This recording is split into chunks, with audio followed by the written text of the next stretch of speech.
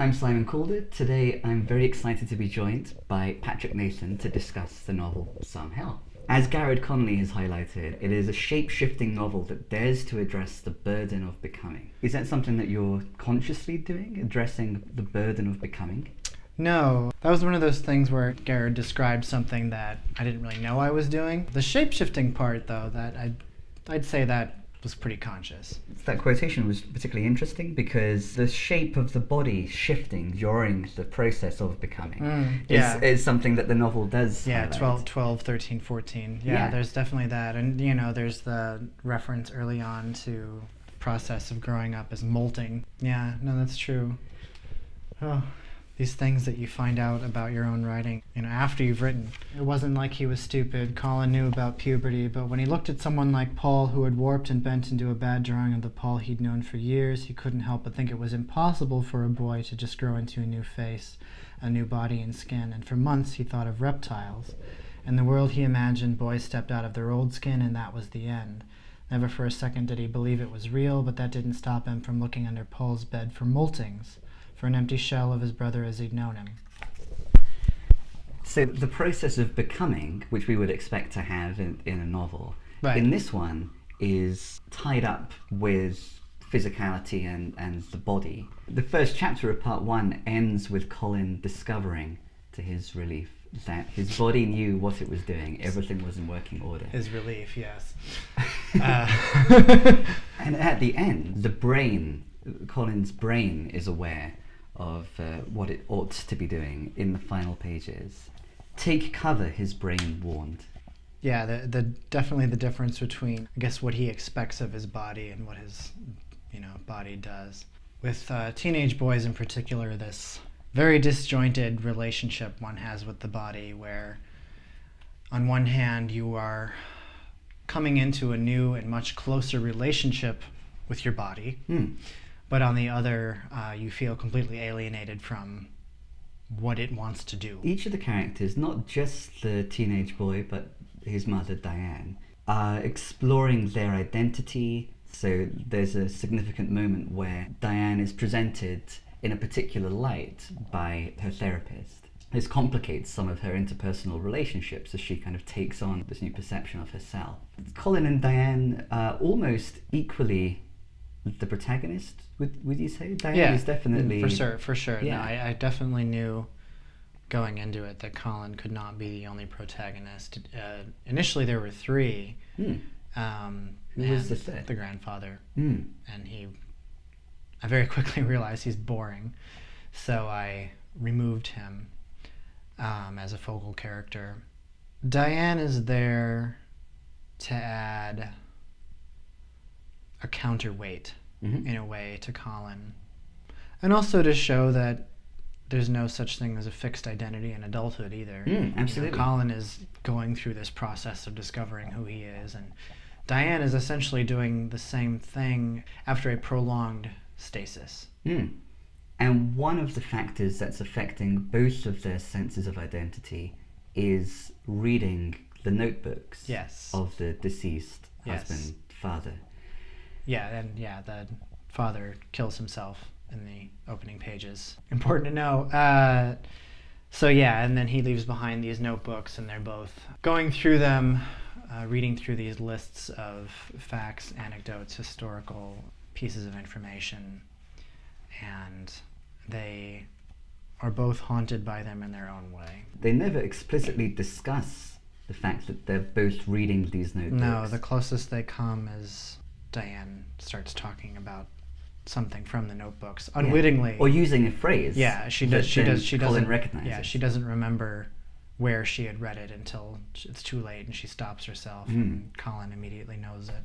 There's a sense in which they're kind of doppelgangers in a way. Then, would you say? Or there's this interesting parallel between the way in which these two characters in different generations are trying to. They're definitely both going through their grieving process separately rather than together. And each is definitely trying to shut the other out. Is that always the case? Are there moments where there is promise and sometimes a promise that's delivered? Well, I don't know. What do you think? Something that struck me as really interesting when Colin first becomes aware of, when he's first ruminating about his father's writing before the father has died, before he's actually read any of it, he had come to imagine that this is what his father was writing, all the truths he had discovered and all the things that would happen. Whatever book came out of it would not be some random piece of the future, but a history of everything that hadn't happened yet, their entire lives. And then he's imagining slightly later his father taxonomizing the various family members. What is the significance of the fact that he imagines that his father is writing a future? I think it does a few things. I think it gives Colin a sense that someone else is in control of his future. It gives the notebooks themselves, it gives the characters the sense that as they read the notebooks, they are hoping to find some cohesion. A key. Right, a key to just say, like, this is what this has all been about. Yeah. And in the other, I suppose, final sense of, well, there's, two more things. A, it also gives Colin the sense that his father has a future. Mm-hmm. And a shared also, future with the family. Exactly, our shared exactly, future. not just as a corpse. And yeah, that the family will go on as a unit rather than disintegrating as it does. But the final version of that kind of plays with the idea of the text itself. It's not only the notebook that is treated as if it were a key or could provide a key to life. For example, when Colin encounters his grandfather for the first time in a long period of time at the funeral, he feels ashamed, mortified perhaps, to have described his brother Paul as retarded. Is that the word he uses? Yeah. And as soon as he uses that word, then he is very ashamed. And he imagines himself judged by his grandfather for saying Paul is retarded. And then the next time he sees his grandfather, he's imagining a phrase that would be a key, and the word key is explicitly used to create this bond with his grandfather, to again discover the truth. Yeah. Well, he's trying to think of the right phrase to sound like a smart young man. He's basically seeking to elicit that response from his grandfather. What a smart young man you are, which doesn't come. Although a good choice for choosing daunting. Yeah. That's fun. And he seems to be Right. to not even notice that it comes. And then there's also the hope that Colin is looking for some relationship between his father and his grandfather, who is his maternal grandfather. I mean, they didn't, it's not like he's his father's father. It's completely unrelated. Colin does get hung up on words. They tend to have a lot of weight for him. I mean, there's that passage about, the word father kind of haunting him. And then there's certainly names that haunt him. His friend Andy. It's kind of definitely a specter of a word that he can't seem to get rid of. It's not only Colin who has a fixation with words and with names. So Diane again. What was that word Diane supposed to represent on page 47? She wonders when she's first seeing her therapist. After she loses her husband, she kind of has a little bit of a destabilization of her identity. I think American society in particular, and Western society in particular, expects women to kind of bury themselves in these assigned identities. And that's kind of what I was experimenting with. So something that struck me as an interesting affinity, we already highlighted that when Colin is given the option to select a book from his grandfather's shelf, he selects his grandfather. They walk into this, room in his house, and it's this gorgeous, library that everybody wants. And I imagine it as the entire volumes of the Franklin Library. Have you seen those leather-bound, gold-trimmed books? Mm-hmm. You know, Colin's just looking at actually, he gets distracted by something else and turns around and pretends he's looking at the books, and his grandfather is basically like, oh, you like books, that's great, you can borrow one. And, you know, he tells him you can select any book you want, and Colin feels like it's a very important decision, so he picks, you know, Dante off the shelf, and yeah, that's the book he picks. Yeah.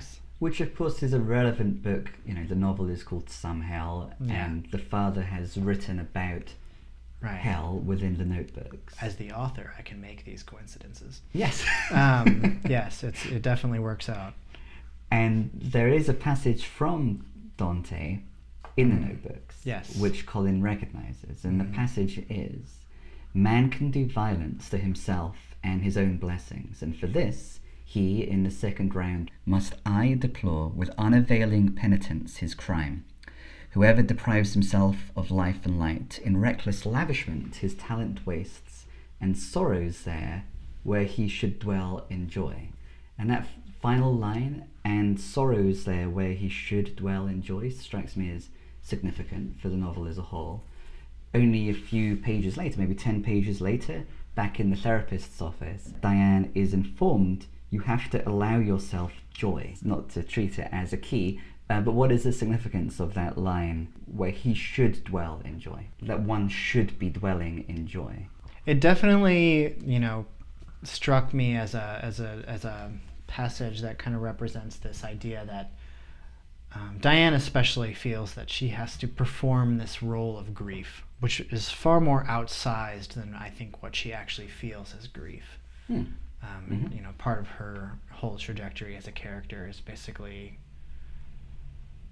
understanding that much more than grief, she feels relief. She recalls something about an address and looking at a house, which fits with what you're saying. But that house is not too far from here. Here in Minneapolis. So near the end of the novel, on page 175, over time, Colin had learned something from his father's notebooks, and not just facts, dates, and stories most people had forgotten. He'd learned more than anything to observe people, to interpret. He starts to pay attention, I think, just to the way people are and how they carry themselves. So part 3 begins with the sentence, "Origin of the phrase some hell." Some hell is a phrase that Diane, I think, has used. That's used once. Yeah. And it's used, I think, in the part right before this. And Diane says it. Somebody has been through some hell. She has been through some hell. She says, "I've been through some hell," is all. And it's interesting that this phrase, which then becomes the title of your novel, is overheard kind of out of context. Someone says that they have been through some hell, and then the father is ruminating on what that means. It's some kind of recovery group, but I can't tell what for. There's a boisterous one, and it's easy to hear him say booze, but not how it brought him there, drugs, but not what kind, sex at least half a dozen times. The young kid mumbles something, and the boisterous one laughs. "Yeah, I've been through some hell," he says, and the old disheveled man claps him on the shoulder. A fellow veteran of waste, pain, and destruction. They've accomplished nothing in life but climbing halfway out of the pit into which they long ago cast themselves. Some hell. Just a little piece? Or, conversely, that must be some hell you went through, to designate wonder or fear. Perhaps it was some hell of many hells. Perhaps it would have been better if I'd asked. He wouldn't have found it rude. None of them would. They were there to illustrate, to show the way. The stories I could tell, he would have said, but not out of pride, more like an architect who marvels at the Egyptian pyramid's perfection. I'm here, right in front of you, but can you believe it? At what stage did you come up with this passage, this anecdote? What stage? Actually, the entire idea of the notebooks appeared very late in the entire writing process. And it kind of all went into it in one draft. Okay. I think I had written an 8th or a 9th draft. And that's when I had come up with the new ending. Okay, so the fact that they end up in LA. And they end up in LA. Yeah, Yeah. that came pretty late. And the Notebooks. These And are then two. the Notebooks came after that. After that, even way. And I realized I had written this novel, and I realized there was a textural element missing. Okay. Something to give it kind of a depth or layers or whatever. And so I was like, well, what did the father leave behind? Initially, I was thinking he would be a photographer, but then I realized that would be a lot of time just describing photographs, which, would get old. I've done it in a short story, but I wouldn't want to do it in a novel. So I came up with the idea of him leaving notebooks behind, but I knew they couldn't be diaries. They had to hold Colin and Diane at a distance, and therefore hold the reader at a distance. And that anecdote basically came about and created the title of the novel. It strikes me as interesting that the father is aware of the possibility of having asked this anonymous character what they meant when they said that they had experienced some hell, and he anticipates that it would have been possible to strike up that connection, and yet it didn't happen. And that's significant, I think. Yeah, that thought process. I mean, it also reflects on Colin and Diane. Both of them have an intense interior life that doesn't really come out, especially with each other. I mean, the entire family doesn't really speak to each other in a deep way. It's all very surface oriented. But the manner in which the novel is written enables us as readers to recognize these affinities and missed opportunities for connection. For example, Colin has to highlight to his mother that he is not close to Andy anymore. But Diane never highlights to Colin when he makes a reference to her female friend, who she also isn't close with anymore. Right. Both Colin and Diane basically orbit around an emptiness. They sometimes come close to each other, but I don't think they ever actually connect in a weird, I don't know. Maybe they do, but I don't think they do. Thinking about these characters that have experienced some hell and that achieve some kind of return from hell. There are moments where Colin feels more hopeful and has the sensation of no longer being in hell. For example, near the end of the novel, to page 244, Colin no longer understood why he'd been so afraid. The world wasn't a monster that wanted revenge. His father wasn't a soul travelling through hell, trapped there because of his son. Hell wasn't waiting for him. It was just the thing inside you, and knowing this undid it. In his heart, hell's flames hissed and pinched themselves into pillars of steam, washed out by everything he'd learned. He'd grown up, he decided. All he'd needed was a friend.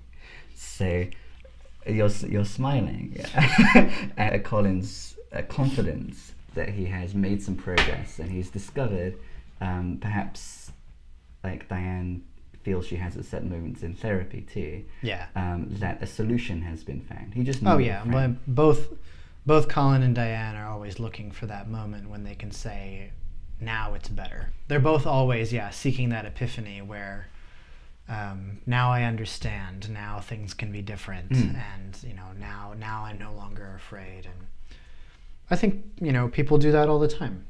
People are always with different degrees of self-delusion. Yeah, people are always deciding now is the moment when everything will be different. Guess what? It's almost always wrong. I mean, it's kind of sadistic as an author to present the character consistently present that and then take it away. But there we had Colin experiencing a moment of hope, or not hope, in fact, feeling that there was really no reason to fear. Yeah. That was just an error of cognition. He was confused when he felt that he was in hell. Another really interesting passage from the Notebooks regards the Titanic, and this is an interesting, everyone's favorite hopeful story. Yeah. But what the father does with the story of the Titanic is really interesting, I think. What could the Titanic's passengers still on board at 2 a.m. have thought?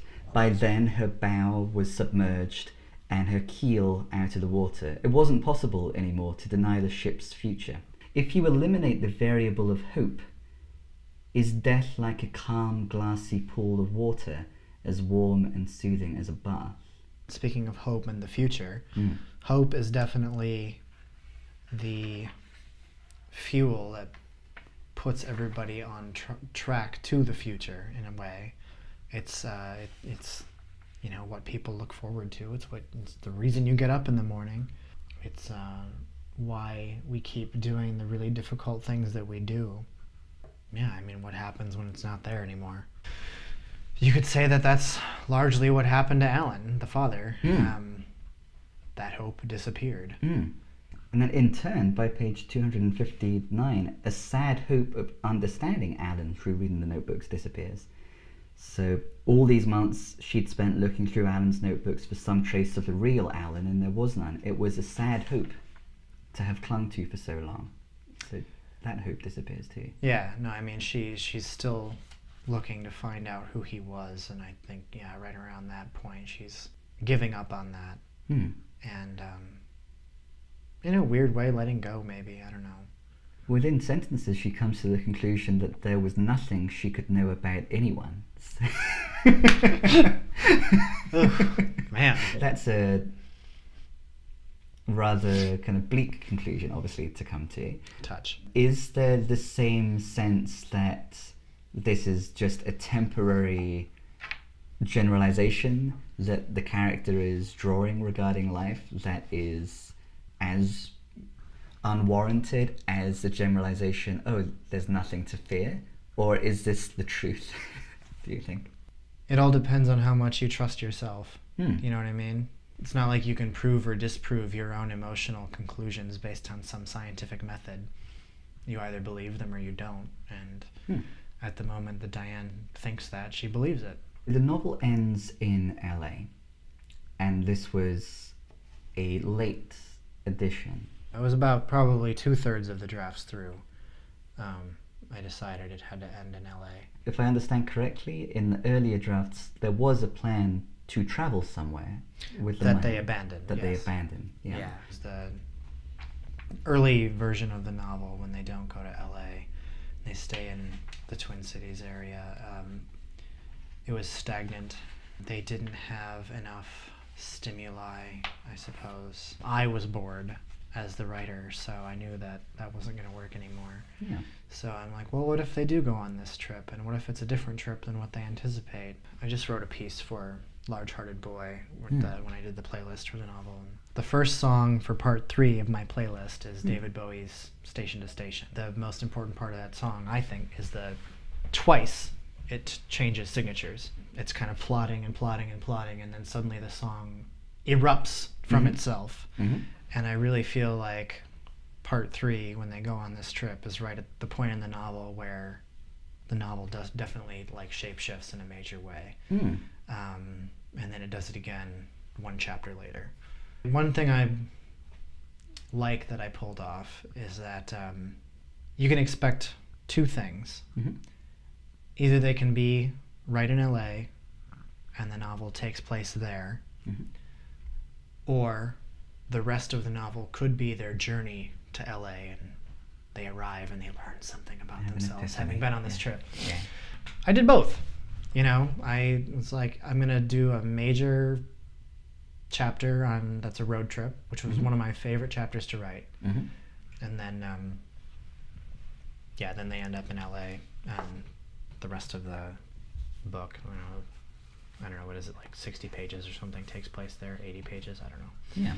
And LA provides a context where both of these characters can perform different roles than they have done elsewhere. It kind of liberates them to experiment with their own identity and try out different roles. I mean, Colin literally imagines running away and disappearing and abandoning his mom.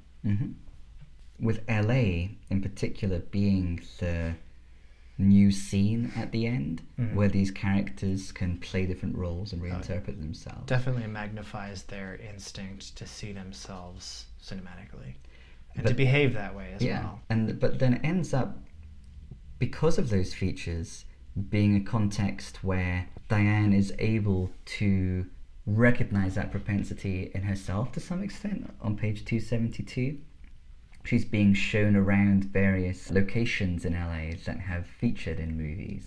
It wasn't like the museum trips. She didn't feel as though she was learning anything. She didn't feel as if there were worlds she was peering into. Instead, we go to the epicenter of the fantasy. Right. And discover that it's a fantasy. Yeah, I mean, she's, kind of been engaging in this fantasy of living an alternate life. Mm-hmm. Both her and Colin have. And part of that starts to come apart when she goes to the Greystone Mansion in Beverly Hills, where they have filmed a billion things. And yeah, I mean, she starts to kind of see the whole thing as a sham. You asked me earlier whether I thought that there were any moments where Colin and Diane did establish a connection.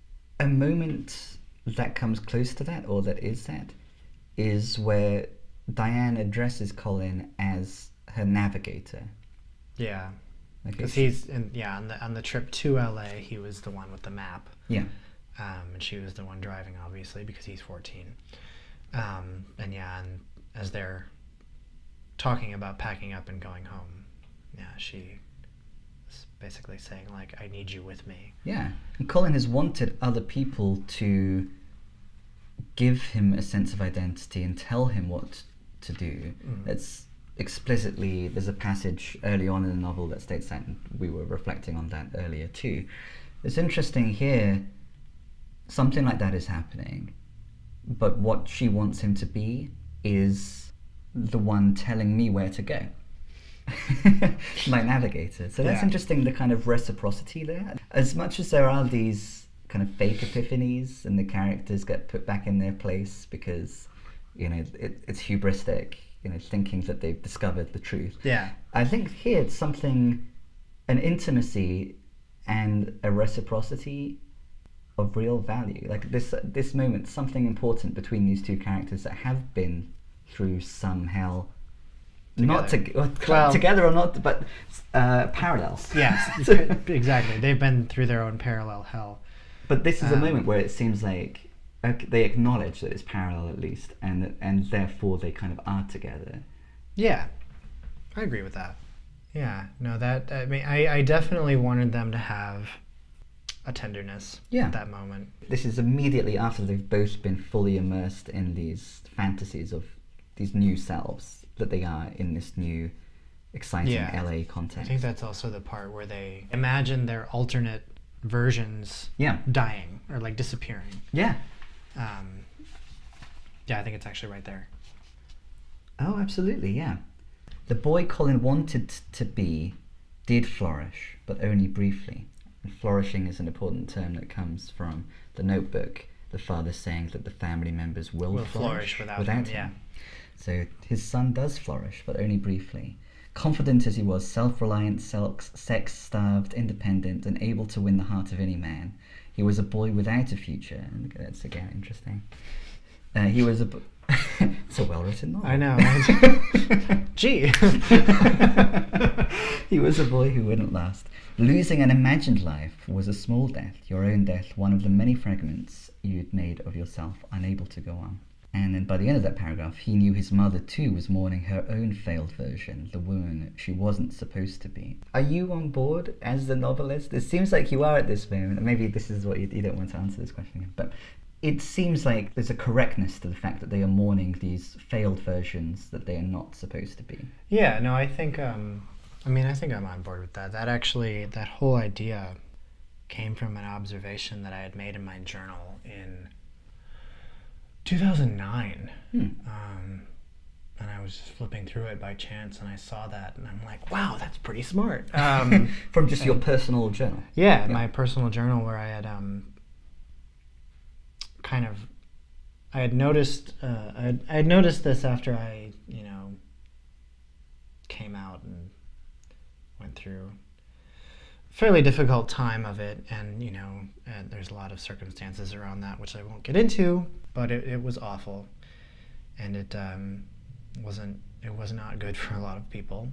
I think the hardest thing was this sense of disjointed identity. You know, you go through your early life, imagining yourself as someone who's going to get married, have children, buy a house, do all these, you know, heteronormative things. And you start to invest yourself in that future. And then something happens, and that future suddenly kind of seems like it's impossible, and the person that you've expected yourself to become dies.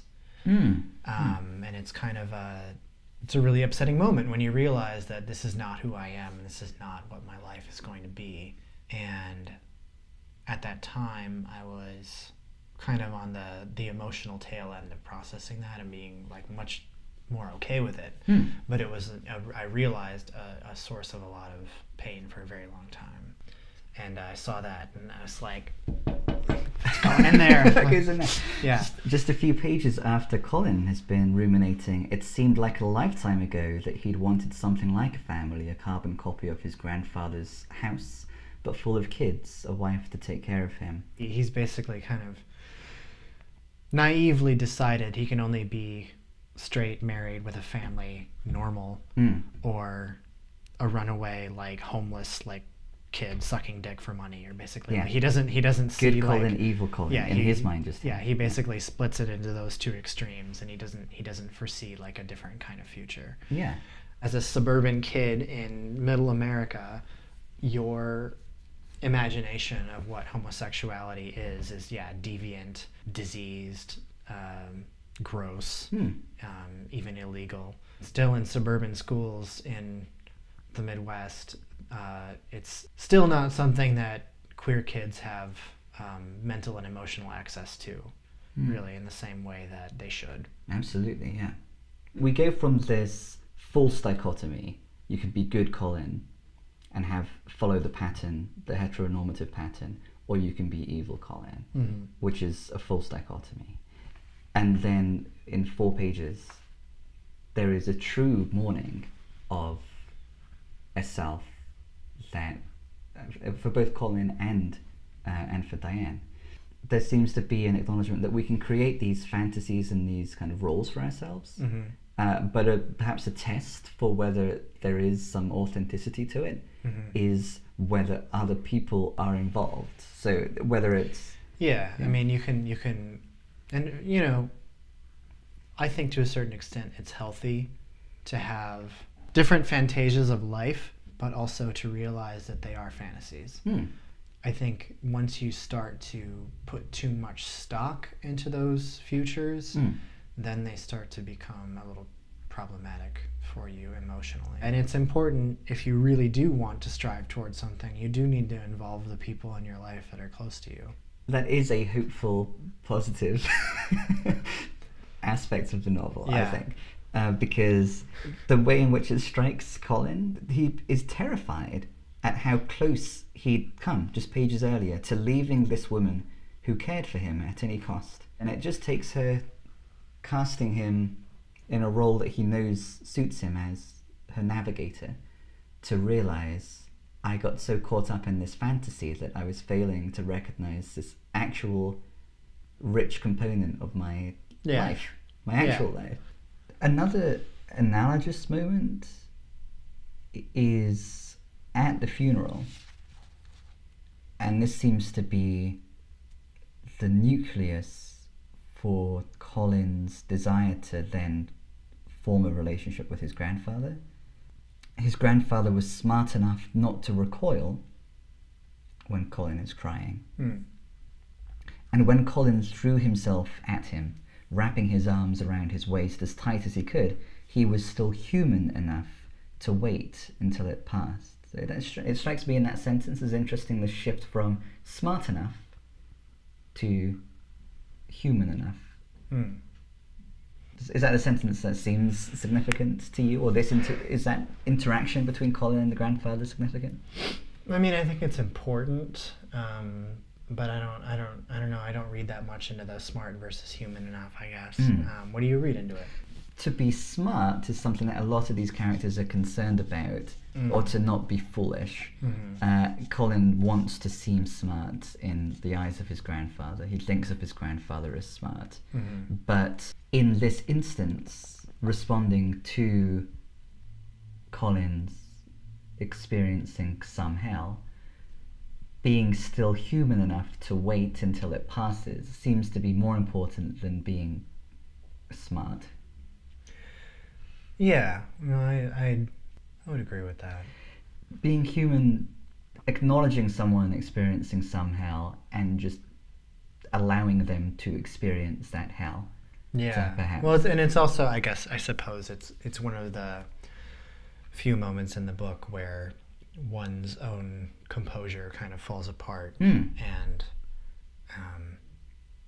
I mean, I guess Colin falls apart pretty often, but it's one of those moments where he's not judged for that. It takes being smart and wise not to recoil at experiencing someone experiencing some hell. Yeah. But suddenly it's more important, it's more human and more important to just let this person be in hell and be by them. He doesn't make any additional demands, I suppose. Central to the novel is the structural principle of having these two characters grieving, parallel grieving, with just certain moments where they at least recognize that there are these parallel narratives. Yeah. But for the most part, they're distinct. I like that because it's impossible. It's impossible for us to actually experience each other's hells. Right. But it is impossible for us not to be experiencing our own hell to some extent. Right, and it's impossible to at least not impossible. It's improbable to at least not notice somebody else is going through some kind of hell. Maybe that's the closest we can get to a neat ending. Yeah. Life doesn't have neat endings. No, life does not have neat endings. Sometimes they are incredibly messy and destructive. If you haven't read to the end of the novel, then you should. And if you do prefer a happier, neater ending, you can just stop on page 269.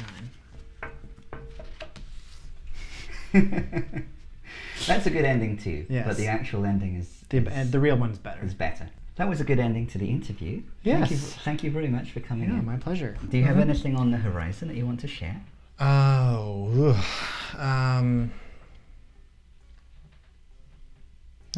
Nope. I mean, I have another novel that's drafted but not finished. Say you were mentioning. The revisions are in the works. Well, they should be, but they're not yet. Other than that, still just plugging away on short fiction and essays. Yeah, we'll just add a notebook to the new novel. Yeah, exactly. Add a trip to LA. Yeah, that'll fix Sorted. everything. Yeah.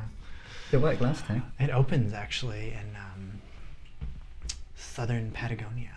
Actually, I shouldn't say southern Patagonia. It opens in Patagonia. Okay. There you go. Thank you for that's a revelation. Yeah. Hot off the press. Yeah. Exactly. But we'll have to wait a while. A long time to know what happens next. Yeah. And please come down the street Yes. again to talk about it. I will make the long journey of 1 block, 50 yards, or whatever it was. Is there room for me to sign? There is. Oh, please. Yeah, please do. Those handy lines. Thank you very much. I will treasure this. Book. What a nice message. A nice secret message. Right. You can't read it. Yeah.